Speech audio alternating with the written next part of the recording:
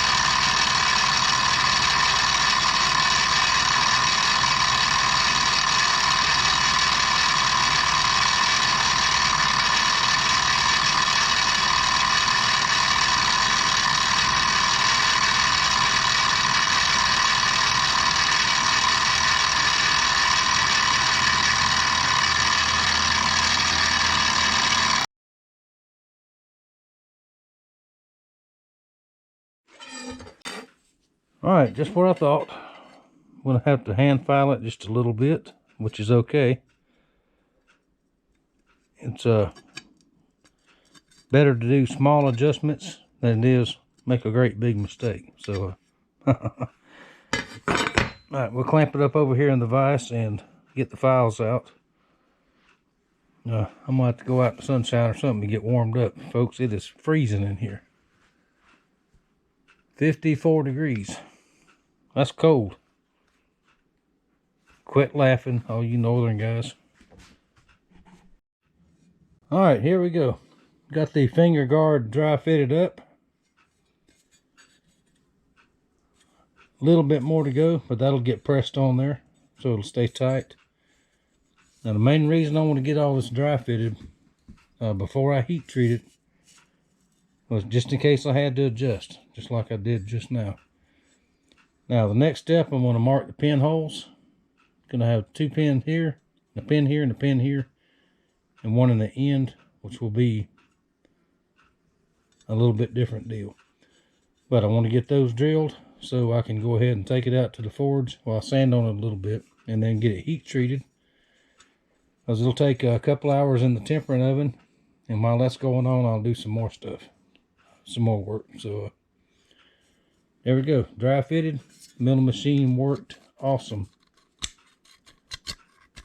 Got a very good fit.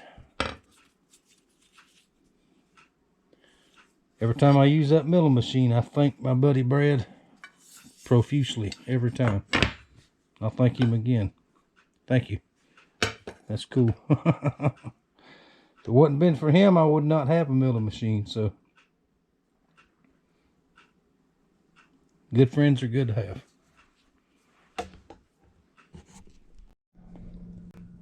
All right, getting ready to heat treat the big Bowie. Now it needs a little bit of sanding. I want to get there's a sharp spot here and here. I want to blend all this in. Now you could spend hours and hours hand sanding, which I don't do because I have one of these random orbit. Now my mentor, the only mentor knife maker I have that helped me out when I first got started, this is what he uses, and he does almost exclusively Damascus, and that's the same thing I do, and it works out every time. So now we'll do this again at the end, but before it heat treats, I want to get it sanded off. Like I said, get these sharp corners off. I'll show you just a little bit, and it'll be loud, so watch your volume. This is 100 grit. That's what I'll use for the heat treat. And after that, we'll go down all the way down the grits. So here we go.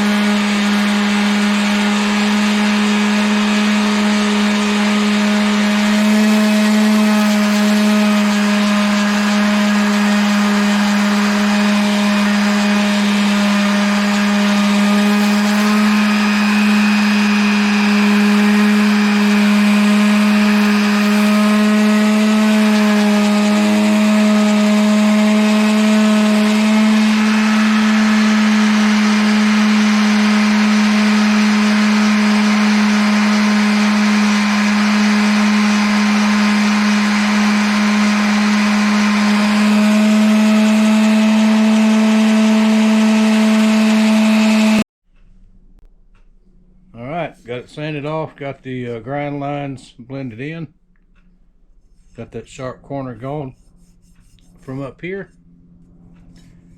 We are ready to heat treat. Now I'm going to go out to the forge and get it ready. Got to get it warmed up. Got to warm up the quenching oil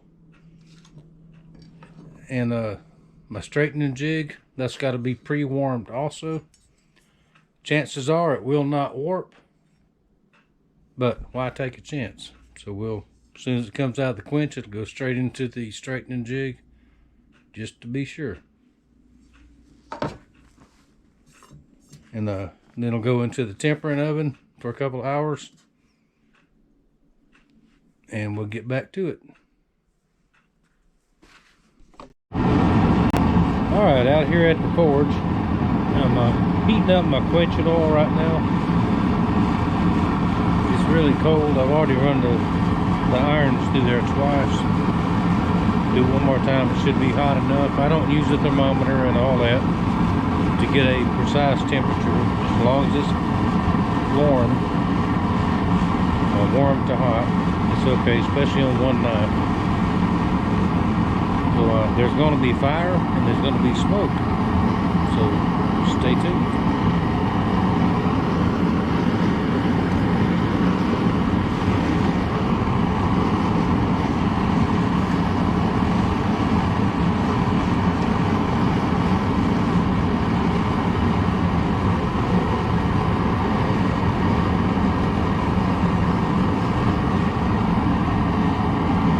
Now these are just two old tire tools.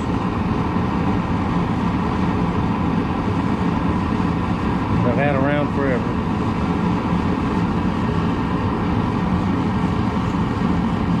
And today, for most Damascus, I quench in this is transmission fluid. Some knives I use vegetable oil, mainly for something you're going to use for food or something like that. The only problem with vegetable oil is it's very, very, very messy. Hard to clean up. This is much easier.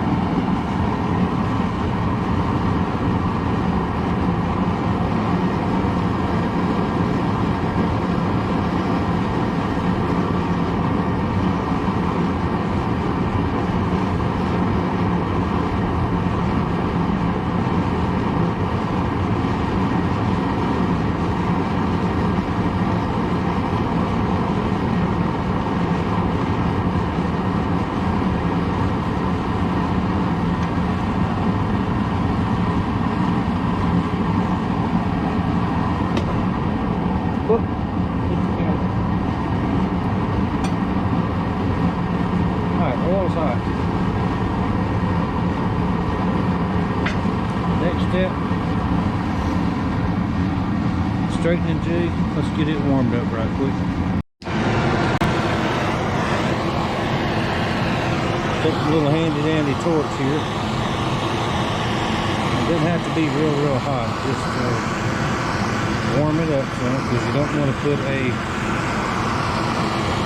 very hot piece of steel on a very cold piece of metal. That takes the temperature down too fast,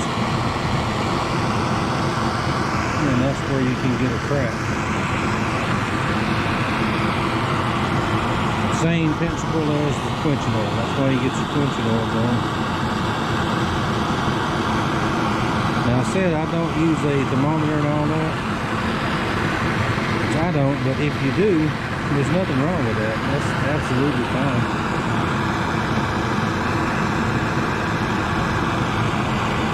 And I used to do that, but after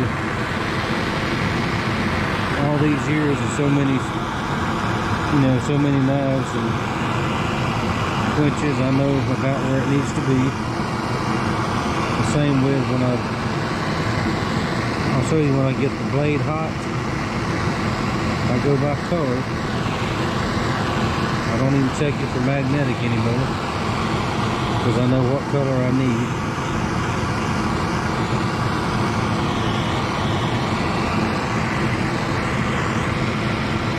Especially on a known steel. I know what it needs to look like when it's time to go with it.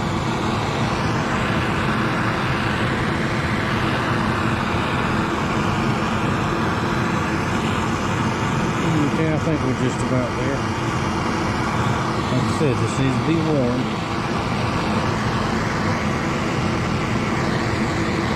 Really heavy frost this morning, almost a freeze.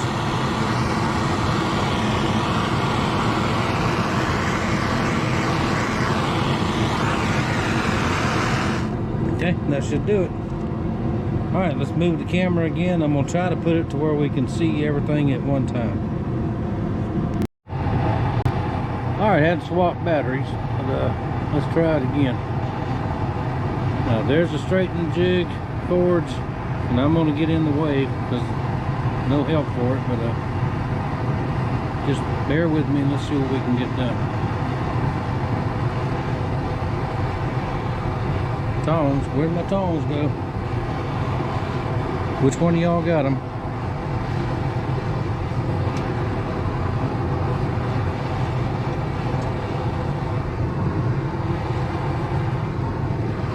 Hey, come on, come on.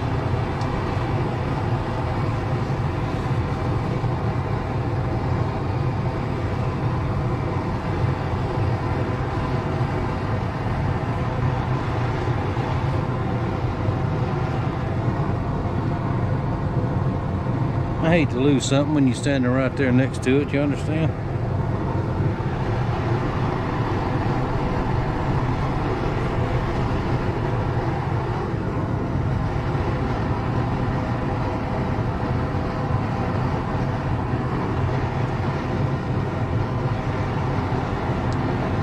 It's going to take a few minutes, so I'll bring you back when I get ready to pull it out. All right, we're close. And like I said, I'm looking for a color, for a dull red. Not necessarily the whole blade, mainly on the edge. We're just about there.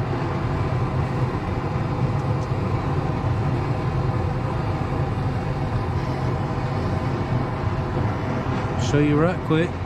Almost there.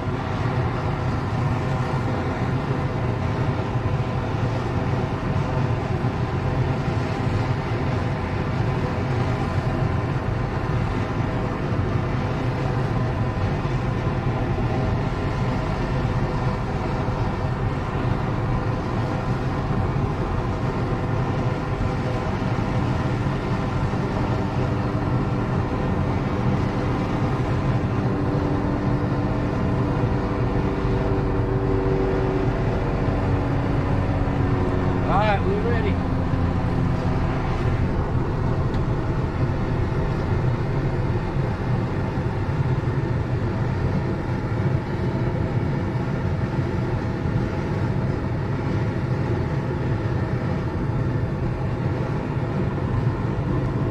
We're going straight to the jig.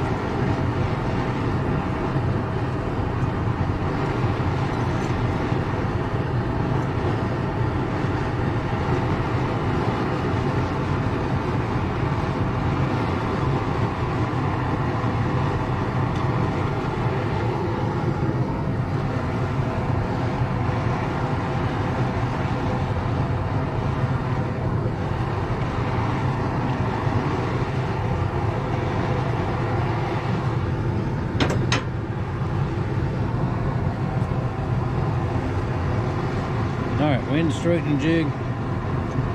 That's going to have to sit there until it cools completely down, which can be up to that big a piece of Damascus. Damascus takes heat a lot hotter than most of the reclaim, so probably about an hour before that is ready to come out of there. And then we'll check it for hardness, which I'm sure it's fine. And then we'll clean it off good, take it to the tempering oven, and that'll be the next step. That'll take another couple hours. And that's that. I'll be back. Alright, our big buoy has been heat treated successfully. I've got it washed up, the oil off of it. Now it's going in the tempering oven, then it'll get sanded again. By putting in the straightening jig, it is straight as an arrow. We'll check it and make sure it's hard. And this is a pretty aggressive file, so if it's not, it'll cut into it. See how that just skates across there? Not cutting into it. I've had several people talk about the Rockwell hardness. I don't care about Rockwell hardness. It's good and hard, heat treated properly, tempered properly, it's good to go.